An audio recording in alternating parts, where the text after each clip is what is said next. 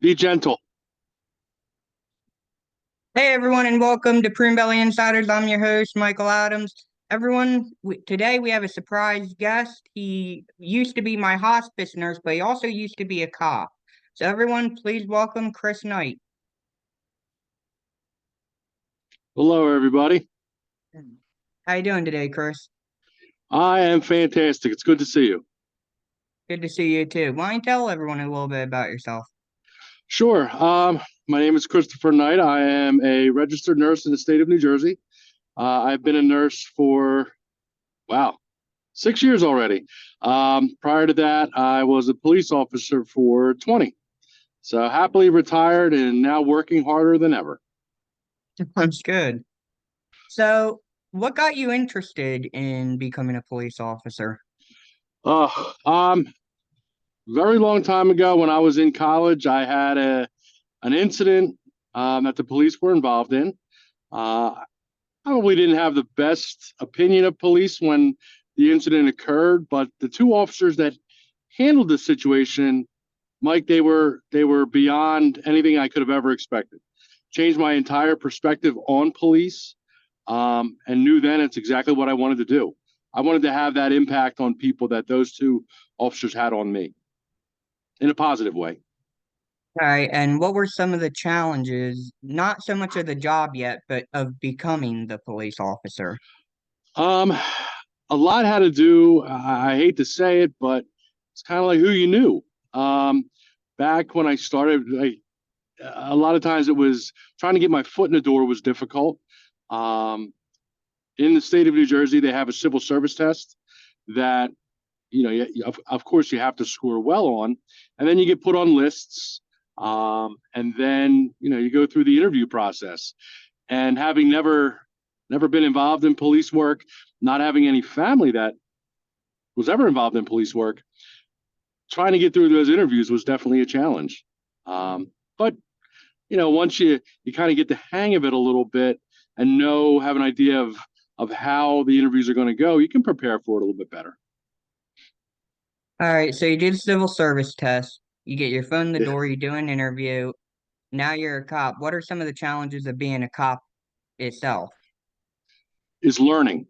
You never stop learning, but it's unfortunately in police work, you're dealing with a lot of people at their worst. Um, it's never personal, and that's definitely a challenge early on, because sometimes people aren't the nicest. But I think as a career, as my career went along, I learned that it wasn't personal.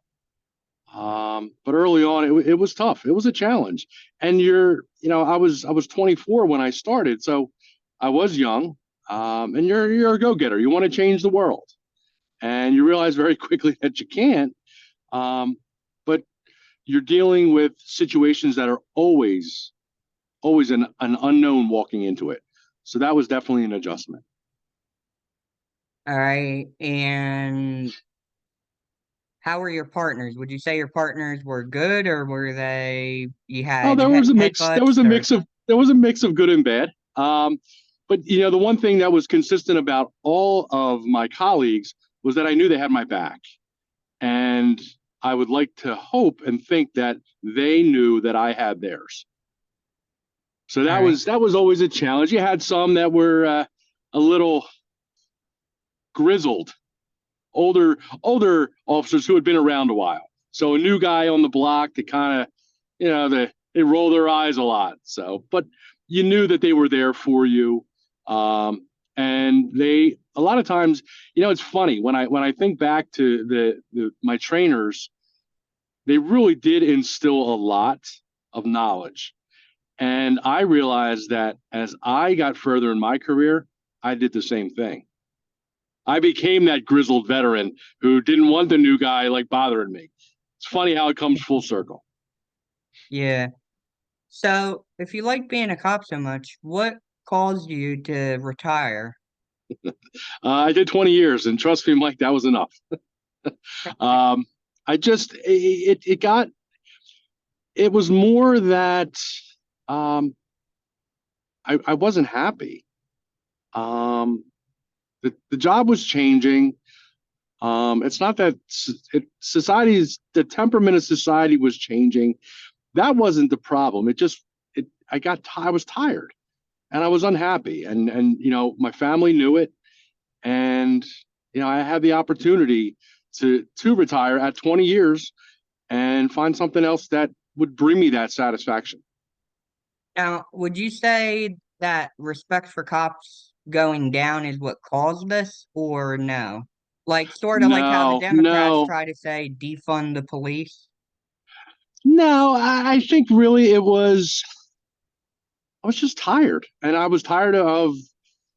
I just think it was you were dealing with the same things, the same people, doing the same things every day, and it just got to be. You felt like you weren't having a positive impact. It Yeah. wasn't. I don't think that I never really had problems with society because, like I said, that as I grew in my career, I knew it wasn't personal. So you try to have a positive impact and help people, and that's really all I ever really wanted to do. All So right. I mean, it just was time. It was time. All right. So, what made you want to become a hospice nurse then, especially the Uh, hospice part? well, I'll tell you something. When just in talking to family, when it was time to retire. Now I have young children, so retiring and not working anymore just wasn't in the cards. Although it would have been nice. Um, but just trying to figure out what that next step was. I had always been an EMT while I was an officer, so the medical part, was always attractive to me. My mom is a retired nurse. My wife wanted me to pursue becoming an attorney, which wasn't going to happen. And we kind of came to what about nursing school? And it was like a light bulb went off.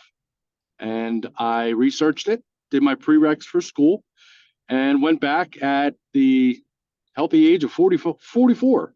So I was the old guy. But, you know, when you say hospice in particular, when I went for my orientation the first night, okay, of course, the professors, oh, who wants to do labor and delivery? And a million hands go up, not mine.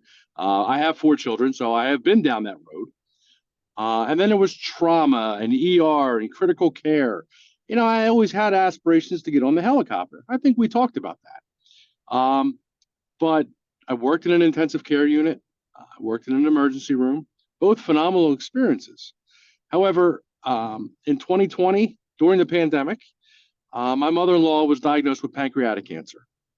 I'm sorry to hear that. And well, thank you. I would greatly appreciate that. She was diagnosed in April, and she came to live with my family in June. She was on hospice service. And I'll tell you something, Mike, I never would have thought in a million years that I would ever do hospice. Okay. But seeing the way the nurses, the aides, the chaplains, the social workers, how amazing they were with my mother in law in particular, but with all of us. They didn't change the outcome, they made it manageable. But the respect and the impact was a second to none. Okay. And shortly after she passed, I actually was in the hospital for 5 days with a small bowel obstruction. And it turns out I have Crohn's. So I have my own battles. Yeah. And the medication that I take is a biologic, which means I'm prone to infection. If you've ever seen those commercials for like psoriatic arthritis and IBS, things like that, these medications increase your risk of infection. Okay. So I had to find another outlet from the emergency room. And I saw an opportunity with hospice. And Mike, I've never looked back. What I do is truly remarkable in every way. And what would you say that you learned from becoming a police officer that has helped you with hospice nursing, if anything? I think one of the biggest takeaways would be when an emergency arises, I think I handle it a little differently. Um, my temperament is a little different. That, you know, I'm able to bring calm to a situation that especially in hospice, is life threatening. Okay. Um, but one thing that I realized when I became an officer was I wanted to make a difference. And that same desire holds true today in hospice. That's the best part of this. Most people, when I tell them that I do hospice nursing, they go, "Ooh, it's not like that." Most people don't understand exactly what I do. And even in passing, which is a part of life, I've seen beauty. I've seen just families come together. I've seen peace, and it's truly. I mean, that part of it. I think the calm from being an officer, but I don't miss that. Like it's a totally different world that I'm in, and I think that's the beauty of it. Yeah, Truly, because I remember when we first met, because you were a runner back back I then. remember. You covered all the emergencies of I hospice. did. Um, but I remember you always tried calming me down, and one of the ways you did it was you found a way to relate to the patient. For example, I was a huge Eagles fan, and I know Oh, you being a I remember. Cowboys fan, you loved picking on that, especially the way me and my dad did. That's what it reminded me of, and really Yeah. helped to calm me down and build a patient and nurse relationship. Yes, and it definitely builds rapport. You find that, but I have to tell you, the second I walk into a patient's home, I view them as my family. So the second I came into your home, you you and your family treated me that way. So it was a very easy building of rapport. And you find that, and look, I mean, I hope I never made you feel that I took it lightly, but I wanted you to know that I had you. I wasn't going to let anything happen. Okay. And that was Okay. important for me, for you as the patient, but also for your family because they have the same concerns. And I wanted Yeah. that when I walked in at your home, that you knew, and that your mom, your dad, your sister, that they knew I had you. I had you. And that's important. And you said it right. I mean, that relationship, and here we are. I mean, I met you, it's got to be going on over 3 years ago now. Yep. And we're able to do this. So that tells me just how strong that is. It became more than just it you know, you, you're not supposed to build these personal, okay? But it happens, especially in hospice. You can't help it.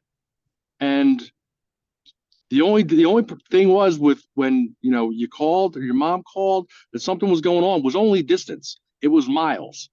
That's the only reason that it took me for the time that it took me. I just had to get there. But you knew I was on my way. And I hope Yeah. that gave you comfort. Yeah, you were definitely one of my favorite nurses, and that's saying a lot considering I've been in and out of hospitals for almost 24 years now. Yeah. You're definitely by far my favorite nurse. Well, I got to tell you, you you made an impact. And I've had a lot of patients, especially in hospice, but there's ones that kind of get you right here. Okay. All right. And I mean, look, I don't let many Eagles fans into here. So, but I will tell you, the Eagles were in the playoffs longer than the Cowboys were this year. I Yep. mean, a day, but that's okay. You knew I'd have to get you on that. Yeah. So, was I your youngest hospice patient you've taken care of? Yes, yes, All right. yes. And I will tell you that that has that has an impact. Okay. The prior to meeting you, I had a young gentleman in his 30s, and here I am. I was in my late 40s, so that is definitely a challenge. Finding things to relate because now, Mike, you're 24. Yeah. Okay, now I have a 20-year-old son, so it's easier to relate, but it's still a challenge because of what you battle. So, I Yeah. mean, and yes, you do look at someone who's younger and you go, yeah, I gotta, and I do it for every patient, but I'll tell you, you know what? I saw it and I'm like, this just, he's 20. He's 20. Like, why? But you're very unique. You don't let any of this stop you. And that actually kind of makes my job easier because you don't let anything stop you, Yeah. which I don't ever want you to, ever. So, how hard is it to not build a relationship with a patient? Because obviously, that's what they say. You should never get too close to a patient because then that can cloud your judgment and, Well, et cetera, et as, cetera. as a nurse, especially in hospice, the first thing you do is you're task focused. Okay.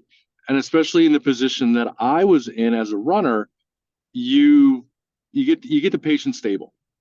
Okay. And once you have that stability, you can't help it. Okay. Hospice is a very unique type of nursing. Okay. When I worked in the ER, patients would come in, you fix them and you kick them. Okay. You never had the opportunity because it was fix them, they're going to be admitted or they're going to be discharged. With hospice, how many times did we get to get things taken care of and then we just talked? Yeah. Which, as a nurse, you really don't have an opportunity to do that unless you're in my field. And you can't fake caring, and it's almost impossible to not have people get in. Okay, it Yeah. does make it more challenging, especially when you lose patients.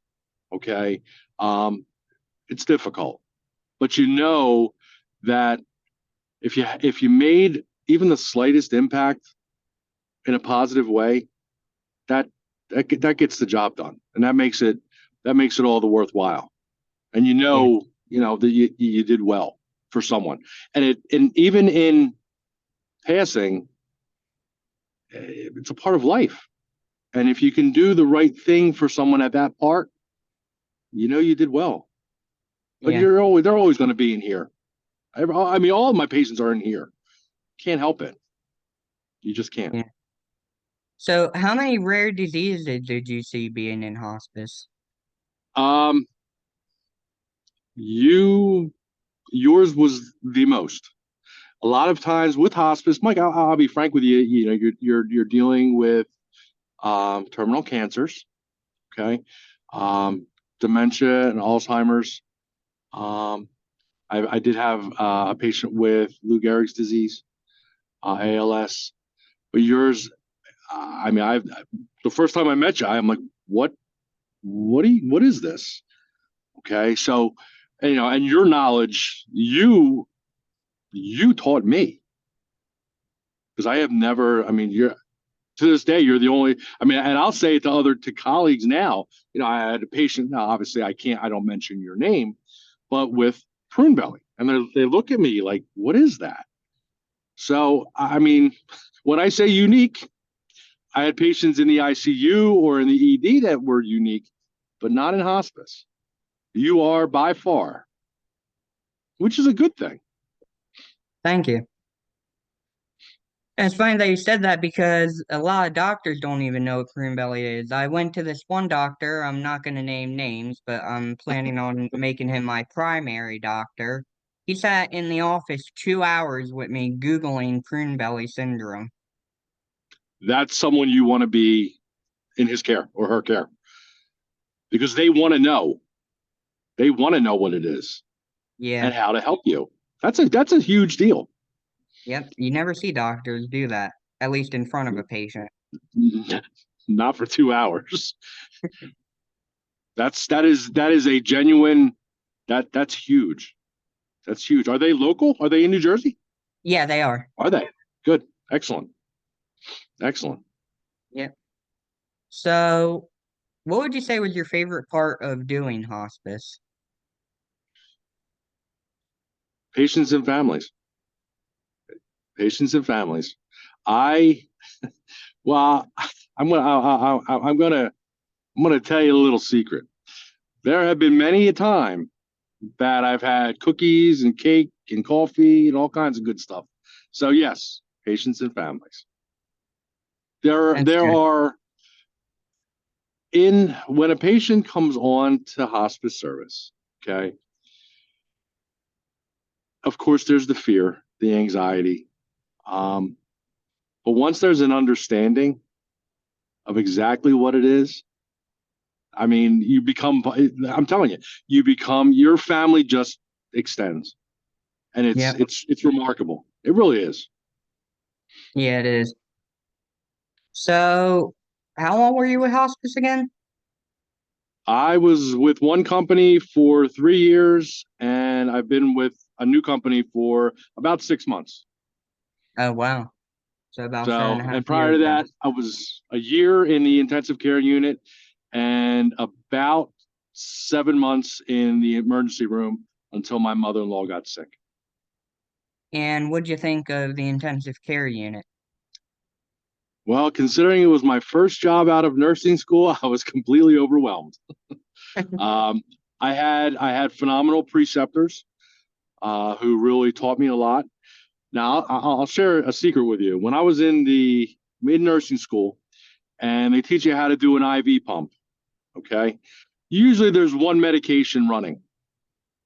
Well, when I walked into an intensive care room, there were about 9 pumps running. Wow.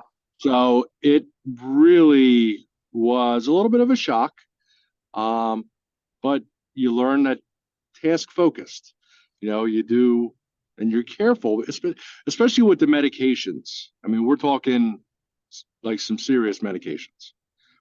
So, I mean, that part was, it was definitely a learning curve, and it took a while for me to really begin to feel comfortable.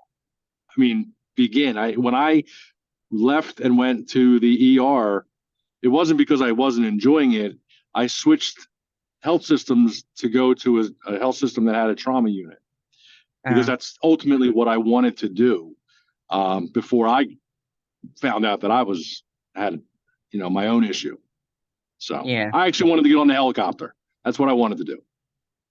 Wow, that's cool. Yeah, flying by the seat of my pants, Mike. It's never changed. It's never changed. So what'd you think of the ER? Busy. Um, and you never know what was going to walk in the door. And I think that was attractive because you never knew.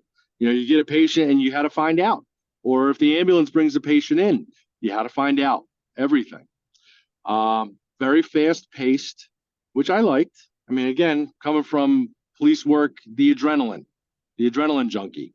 Yeah. Um, and then, your focus just it changed, especially with losing a family member, and then finding out kind of a little bit of a gut punch, finding out you have Crohn's, and Yeah. it just it at first I actually thought that I wouldn't be able to be a nurse, and talking to my own physicians, they're no, you just have to be careful, and realizing that when I saw the opportunity with hospice, it was kind of like a little divine intervention, if you know what I mean. And I'm Yeah, glad because I found it.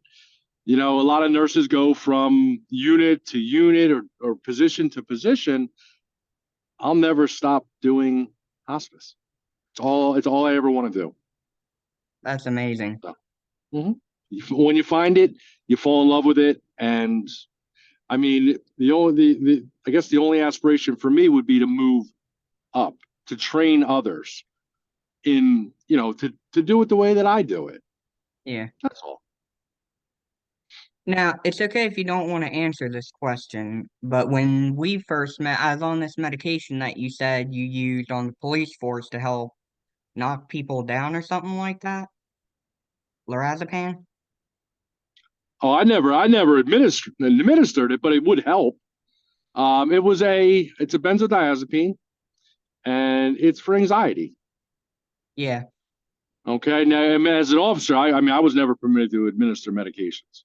I yeah, mean, I've seen it used, um, but it basically Well, I it never kind of said you gives you. did. I said you Oh said no, that. Yeah, it I would don't want take. to get any confusion Oh, here. oh no no no. But it is a calming medication. And now I will also tell you that people take it every day. Yeah, They take it every day, and it can be very beneficial. But I mean, I'll tell you, you were on some very strong medications.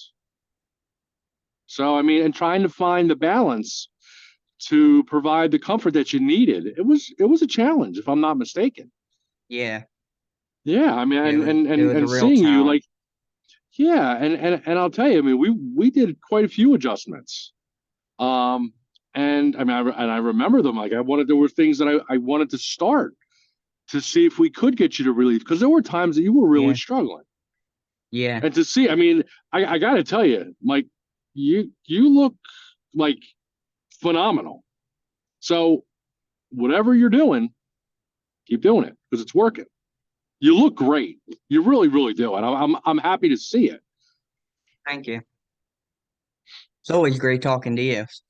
Amen to that. It's not Michelle, right? It's not Michelle. Eh, don't tell anyone, but I prefer you over her. Oh, listen. Make the call, and they can. I'll come back. I'll come back. No, there's working for the company that it has you under their care. They are amazing, and you're lucky, um, because knowing Michelle, she's a wonderful, wonderful, genuine person. She Yeah. cares. And then I know, I think Vance is still there at No, he's night. not. He went to Florida. Vance went to Florida. I think his daughter lives in Florida. Does she? I believe so. He left too.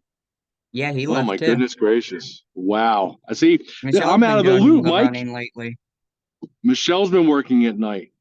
Yeah. Wow. Does she work during the day too? Yes. Oh my goodness gracious. Well, maybe I should call them, see if they want me back.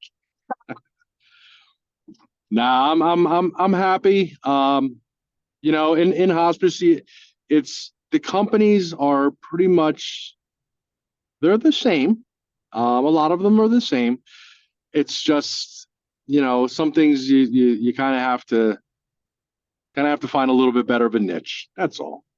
Yeah. I do miss it because there's families that I feel like there's unfinished business. You know what I'm saying? Yeah. So, but working overnight, it was tough. It was tough. I'm not getting any younger, Michael.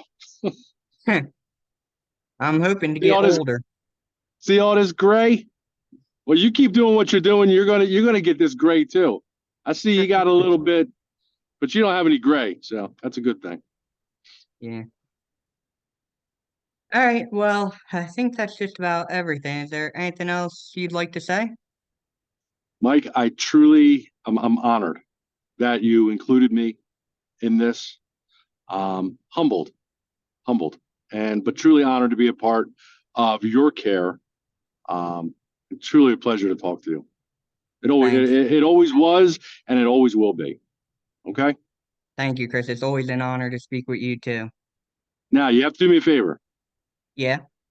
Please say hello to your mom and dad and to your family. Okay. But I got to All show right. you one more thing. See that shirt? Yep. Look at that. Yeah, I'm repping. Now I will tell you, I did it on purpose. I'm sorry. I had to. No All problem. right. But anytime, Mike, anytime, I would be truly honored. Okay. All right. Thank you, Chris. Of course, my friend. Be good. Stay Chris well. Knight. Sorry, what? No, I just said be well, and I'll Uh, talk to you soon. Talk to you soon. Chris Knight, everyone. I want to thank him for coming on, and I want to thank everyone for watching. Don't forget to like, subscribe, and hit the notification bell so you get notified every time there's a new video up.